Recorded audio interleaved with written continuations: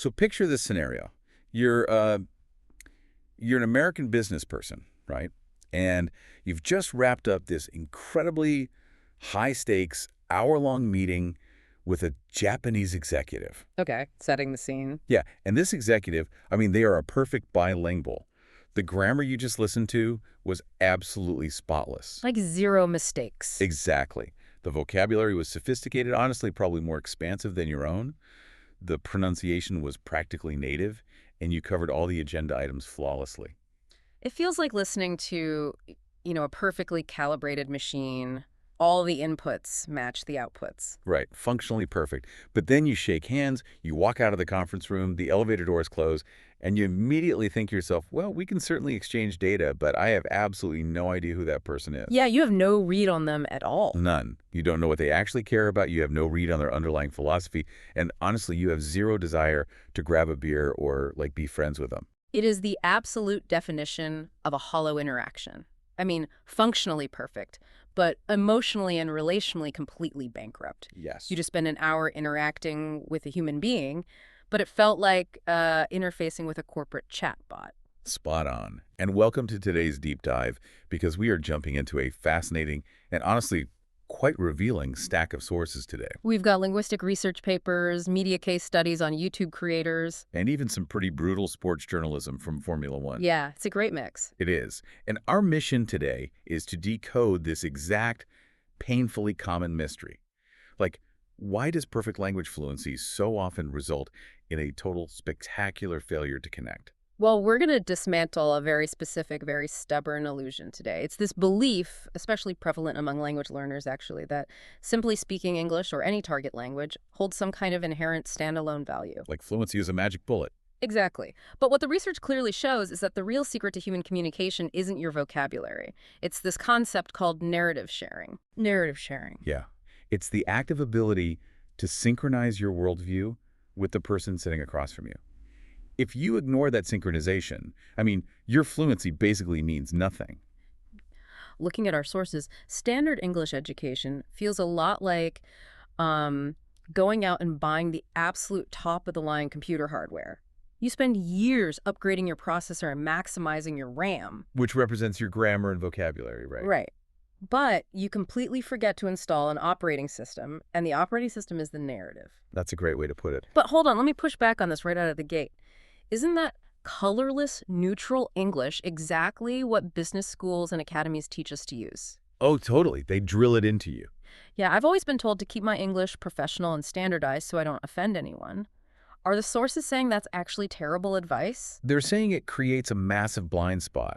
The educational system sets a trap by teaching what linguists might call Midwestern Standard English, or, international business English. They push this idea that there is a single, sanitized, correct way to speak that works everywhere. And by doing that, they create the illusion of a conversational partner who is completely colorless, transparent, and entirely devoid of any cultural or personal attributes. A completely generic human. Which last time I checked doesn't actually exist outside of a textbook. Exactly. Think about the reality of the English-speaking world. One day, you might be talking to a conservative agricultural supplier in the American Midwest. Right. The next day, you might be talking to a liberal software engineer in Silicon Valley. Later, maybe you're at a music studio with a hip-hop artist in the Bronx. And just to clarify for everyone listening, the sources aren't observing these as political statements, right? No, not at all. We're maintaining strict neutrality here. We are observing them simply as entirely distinct narrative ecosystems. The vocabulary, the underlying logic, the humor, the taboos, all of those shared values change entirely depending on which ecosystem you step into. You wouldn't use corporate boardroom jargon to talk to the farmer. And you wouldn't use highly academic philosophical terms to negotiate a quick deal on a used car. The hardware might be the same, but the software needs to change. And many bilingual learners, particularly those coming from elite educational backgrounds in Japan, miss this entirely. Oh, this part of the sources was so interesting. Yeah, the sources highlight how they often treat English not as a flexible tool to connect with the specific, messy human in front of them, but as a badge. A badge of intellect. Exactly. They wear their fluency like a medal to flaunt their class, their international education, or their intellect. They foolishly believe that the ability to speak the language is the value. It's like they're showing off that shiny new hardware, but they refuse to run a shared program with you. Yeah. To the listener, interacting with someone doing this feels like you're communicating with a closed-source API. Like, it perceives your data packet, it processes the grammar, and it sends a perfectly formatted data packet back. But there is no relatable, vulnerable human narrative underneath it. Right. It's so cold. Because they aren't trying to share a reality with you. They're just proving they have the vocabulary to exist in your general vicinity.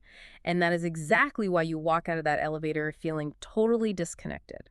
Wait, so if that Midwestern Standard Operating System is a myth, what are native speakers actually running?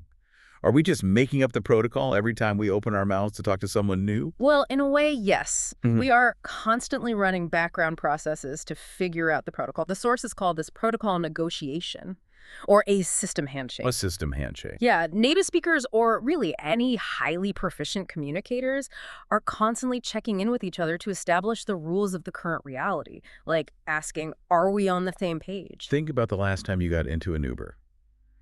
You don't just sit in absolute silence usually, but you also don't immediately dump your deepest childhood traumas on the driver. Right, you test the You waters. say, like, busy night or crazy weather out there. That's protocol negotiation, right? That is the perfect everyday example. Asking about the weather isn't actually about meteorology. It is a probing mechanism. You're testing to see if you and the stranger share the same narrative plug. Oh, wow. If the driver gives a short one-word answer, the handshake tells you, okay, we are running a quiet, professional narrative today. Right, they just want to drive. Exactly. Yeah. But if they launch into a funny story about their last passenger, the handshake tells you we're running a casual, friendly narrative. You're figuring out what kind of story you can build together right then and there. And the sources brought up this incredible real-world example of this negotiation happening at the absolute highest levels of media.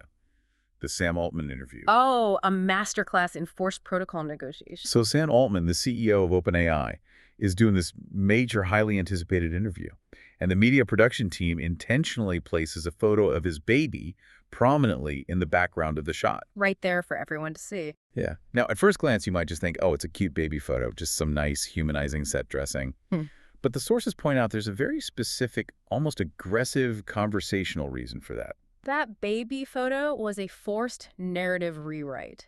Just think about the narrative Sam Altman usually occupies in the public consciousness. The tech titan. Right. He's often framed as this untouchable AI god, holding the keys to the future of humanity, casually discussing the potential end of the world or the dawn of superintelligence. That narrative is incredibly alienating.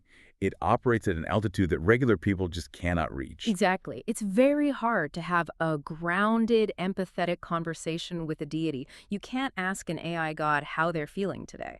So by placing the baby photo there, the interviewers were forcing a system handshake before a single word was even spoken. Yes. They were actively pulling him down from the tech deity narrative and anchoring him into a relatable, vulnerable human father narrative. They were essentially saying, hey, before we talk about the future of the species, we need to agree on the shared reality that you are a human being with a child who wakes up in the middle of the night, just like many of our viewers. And what happens if Altman rejects that? What if he ignores the prompt, bypasses the handshake, and just launches into a cold, highly technical lecture about neural networks? The conversation would have completely collapsed. The audience would have felt that exact same cold disconnect you felt in the boardroom earlier. It would have been the alienating, closed API interaction. But by accepting that shared reality, stepping into the narrative of a father thinking about his child's future, he allowed the complex technical conversation to actually resonate with the audience's operating system. Okay, so let's look at the dark side of this. What happens when someone has elite technical language skills but completely refuses to do that system handshake? The sources highlight two incredibly striking examples of this, starting in the wild world of YouTube and VTubing with a creator named Akai Hato. Right. This case perfectly illustrates the danger of confusing a linguistic tool for absolute value. Akai Hato had a very specific, highly lucrative appeal early on. She was the Japanese idol who could speak English. And because that was a rarity at the time in her specific entertainment niche, she mistakenly believed her English fluency was the entire value of her persona. She thought the hardware was the product. She was the only one with the upgraded RAM, so she thought she didn't need to worry about the software. Exactly. But then the environment shifted dramatically. The Hall of English Myth generation debuted. Suddenly, she wasn't the only one with the hardware. These new creators were native English speakers. But more importantly, they didn't just bring vocabulary, they brought a fully formed cultural ecosystem. Yeah, when the native English VTubers debuted, they weren't just using standard textbook grammar. They were referencing deep internet memes that were utilizing Western streaming etiquette. Right, they were bonding over shared childhood nostalgia from the early 2000s internet. They brought a narrative that their Western audience instantly recognized and plugged into. And Akai Hato completely lacked that ecosystem. Her foundational narrative, basically, I am valuable simply because I speak English, collapsed overnight. The audience didn't just want the English language, they wanted a shared English story. And when confronted with this, instead of adapting, learning the cultural memes, and finding a new way to handshake with the audience, she just threw up a firewall. Yeah, the sources describe her retreating into her Hachama persona, calling it a kind of closed madness. She locked the system from the inside. She started using English not to connect, but just to scream chaotic catchphrases. It became a wall of noise rather than a bridge for connection. She ended up using her bilingualism as a shield to distance herself, right? Yeah. A way to signal to her Japanese corporate colleagues like, I operate on a different, incomprehensible international level. She completely ignored the narrative of the people right in front of her, both the audience and her peers, and totally isolated herself. And we see this exact same fatal flaw play out in an even more high-stakes, ruthless environment. Formula One racing. Oh, this example is so clear. The sources dive deep into the trajectory of Yuki Tsunoda. Here is a driver who fits the English elite profile perfectly. Educated at an international school in Japan, his English is functionally flawless.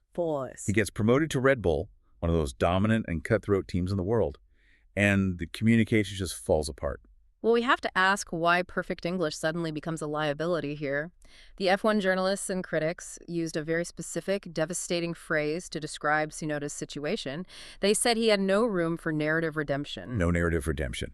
Let's unpack the mechanics of that. What does it actually look like when a driver is sitting in the cockpit communicating over the team radio? You have to understand the Red Bull ecosystem. Yeah. It is a highly complex European-dominated team narrative. Hundreds of engineers, strategists, and mechanics are all working in unison. Right. They need a driver who understands their role as a data point in a massive machine, someone who supports the overarching strategy, who operates strictly within a WE framework. But Tsunoda was using his flawless English to constantly project a very narrow, highly arrogant narrative. Like, I want to be number one, I deserve to be number one, the car is failing me. Now, obviously, ambition is necessary in F1, but because his English was so elite, his complaints didn't sound like the heat-of-the-moment struggles of someone lacking the vocabulary to express nuanced frustration. They sounded like calculated, articulate insults directed at the engineers. Exactly. That brings up the incredibly sharp irony from the American F1 fans highlighted in the sources. Watching his radio meltdowns, they essentially asked, what did he actually learn at that expensive international school? Just how to complain in perfect, unassailable English. His fluency was the very thing that dug his grave. If his English had been poor, if he had a thick accent and struggled with grammar, the fans and the team might have forgiven his outbursts. They would have offered him that narrative redemption. Yes.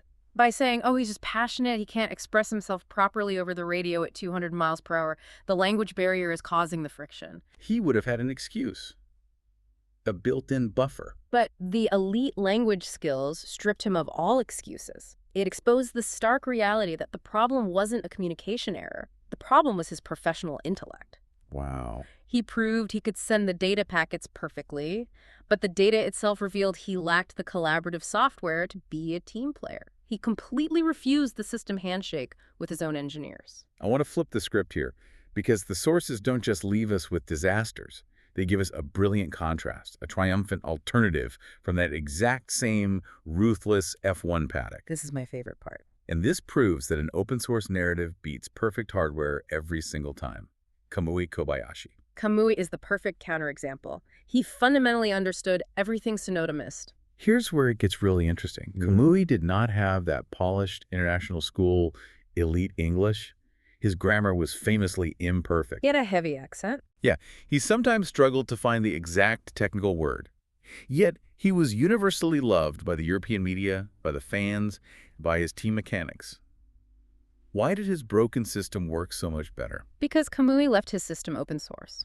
He mastered the pure racer narrative. He never used English as a badge of intellect to prove he belonged to some elite international class. Right. He used his imperfect English as a genuine bridge.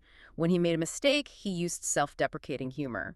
When the car performed well, he poured his passion into praising the mechanics. While Tsunoda was trapped behind his firewall of I, Kamui was constantly inviting people into a we narrative. He was basically saying, I might not have the perfect vocabulary, but we're in this race together. And the proof of that strategy's success is undeniable and honestly incredibly moving. Look at the 2012 Suzuka podium where the crowd was just chanting his name.